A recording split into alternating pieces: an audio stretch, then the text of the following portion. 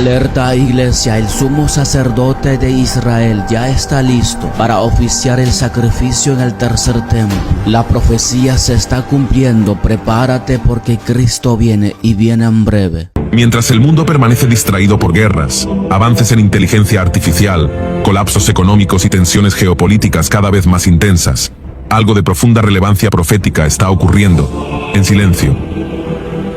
Lejos de los titulares y las portadas de los noticieros, en Jerusalén, el epicentro espiritual del plan divino, una noticia de proporciones eternas ha comenzado a gestarse.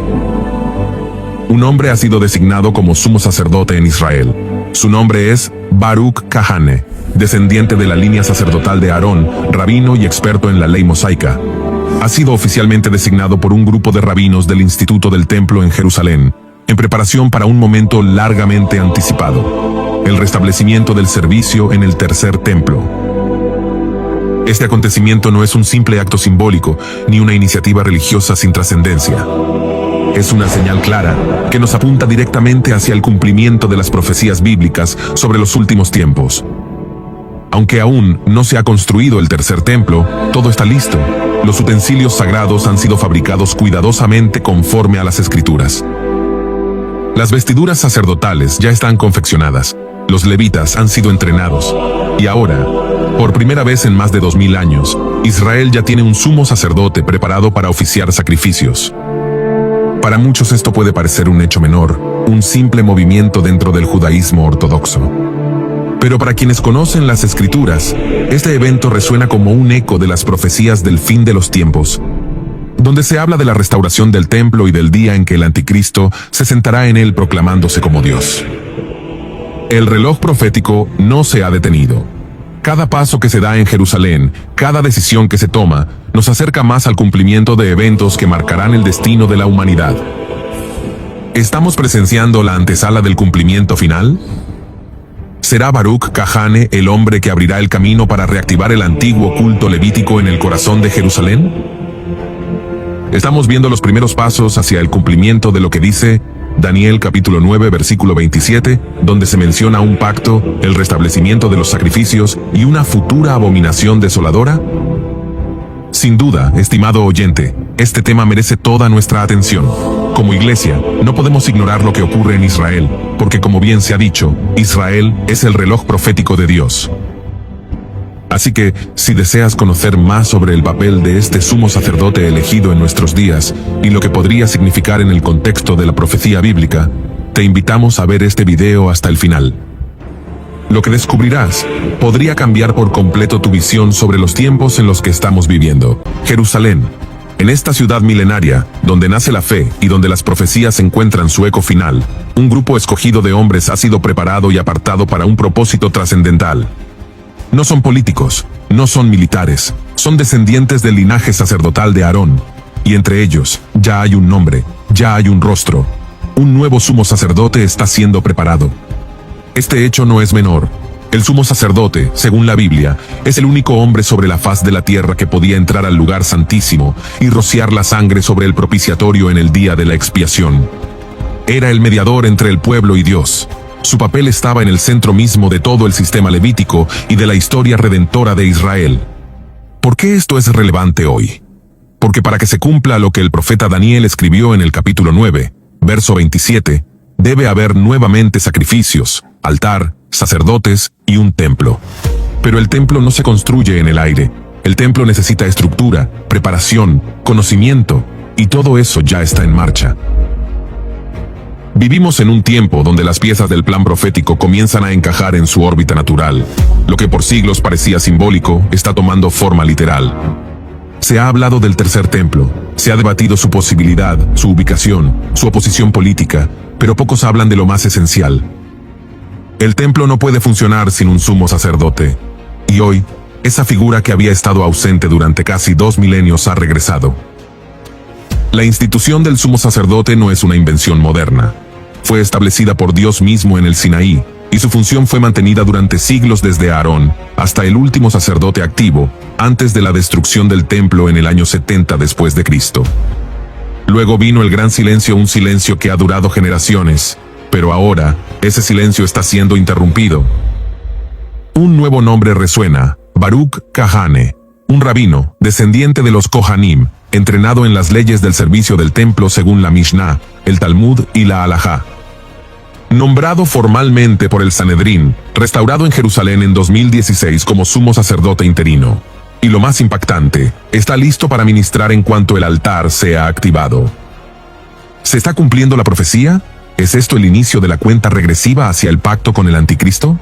¿Estamos presenciando el renacer de un escenario que, según Daniel, será clave para los últimos días? Esta no es una historia simbólica, es una señal real, concreta, tangible, y está ocurriendo ahora. El teólogo Merrill Unger resume profundamente: el sumo sacerdote era un mediador temporal, sombra del verdadero mediador eterno. En él convergían el perdón del pecado, la adoración nacional y la expectativa mesiánica. Esta figura no era el cumplimiento final, sino una sombra profética que apuntaba hacia el verdadero sumo sacerdote celestial, Jesucristo. El sacerdocio levítico, con toda su gloria y solemnidad, fue abolido en Cristo.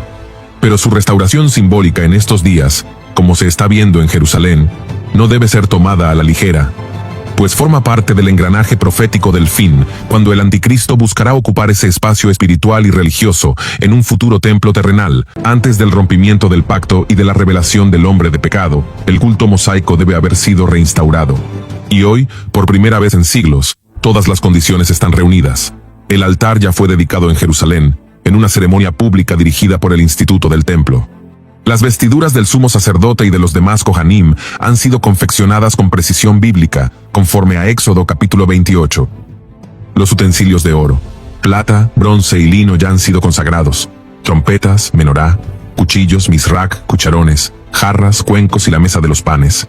Los descendientes de Aarón han sido identificados y validados genéticamente mediante el marcador Cohen Modal Haplotype.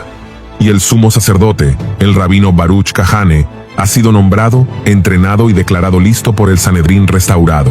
Nunca antes, desde el año 70 después de Cristo, se había estado tan cerca de ver cumplido literalmente el escenario de Daniel capítulo 9, verso 27. Y eso nos lleva a la pregunta que estremece los cimientos de la escatología: ¿qué falta para que todo se active? La única barrera que impide la restauración plena del culto es el acceso al monte del templo, lugar donde se erigieron el templo de Salomón y el segundo templo, y que hoy está dominado por el complejo islámico del Domo de la Roca y la mezquita de Al-Aqsa, un punto neurálgico, intensamente disputado, vigilado por las potencias del mundo y en el centro de las profecías del fin. Pero los rabinos del Instituto del Templo han sido claros: si las circunstancias lo permiten, todo podría estar en funcionamiento en semanas, no en años, no en décadas, en semanas. La maquinaria profética ya está montada. Las piezas ya están en su sitio. El mundo sigue distraído por guerras, inteligencia artificial, crisis económicas y política global, pero Jerusalén se está preparando.